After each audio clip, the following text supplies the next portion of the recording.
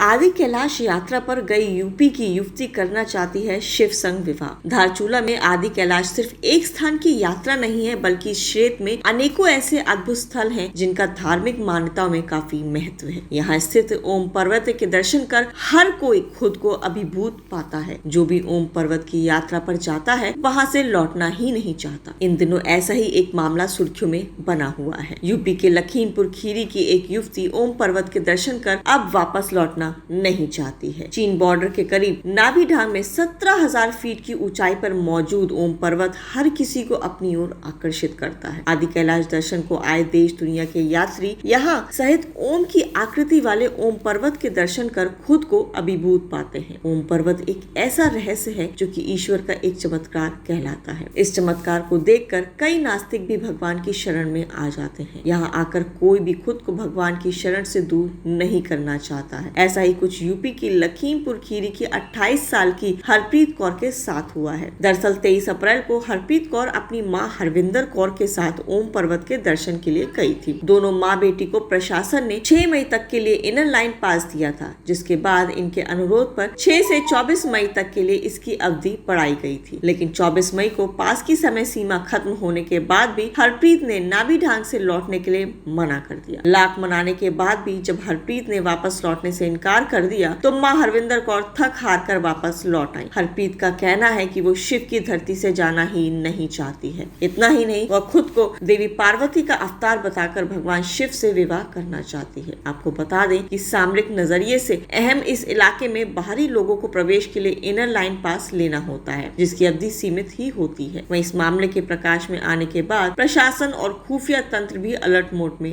आ गया है। दरअसल चीन और नेपाल के एकदम करीब सटे नाभिढांग इलाके में इस तरह का ये पहला मामला है। पिथौरागढ़ के पुलिस अधीक्षक ने बताया कि हरप्रीत की दिमागी हालत ठीक नहीं है। पहली बार उसे नीचे लाने का प्रयास सफल नहीं हो पाया, जिसके बाद फिर से हरप्रीत को वापस नीचे लाने के लिए एक मेडिकल टीम, 2 महिला एसआई और 2 जवान भेजे गए हैं। क्या कहना है लोकेश्वर सिंह, पुलिस अधीक्षक पिथौरागढ़ का, सुनिए। देखिए, एक माँ और बेटी जो कि एक माह पूर्व जिनको इनर लाइन परमिट दिया गया था, वो आदि कैलाश यात्रा पर दोनों रवाना हुई थी। उनका इनर लाइन परमिट समाप्त होने के बाद जो माँ है वो नीचे धारचूला आ गई थी, परंतु उनकी जो बेटी है जो 27 वर्षीय हैं, उनको इनर लाइन परमिट समाप्त होने के बाद अभी तक वो गरब्यांग नामक जो गांव है वहाँ पे रुकी हुई हैं। अभी ये जानकारी प्राप्त हुई है कि उस महिला की मानसिक स्थिति ठीक नहीं है और आईटीबीपी उसको मॉनिटर कर रही है। पुलिस और प्रशासन के द्वारा उस महिला को लाने के लिए टीम भेजी गई थी, परंतु महिला की मानसिक स्थिति उचित न होते उसको लाना ठीक नहीं रहा। अतः पुनः आज पुलिस और प्रशासन और एक मेडिकल टीम को गरब्यांग के लिए रवाना किया गया है तथा उस महिला को यहाँ धारचूला में लाया जाएगा।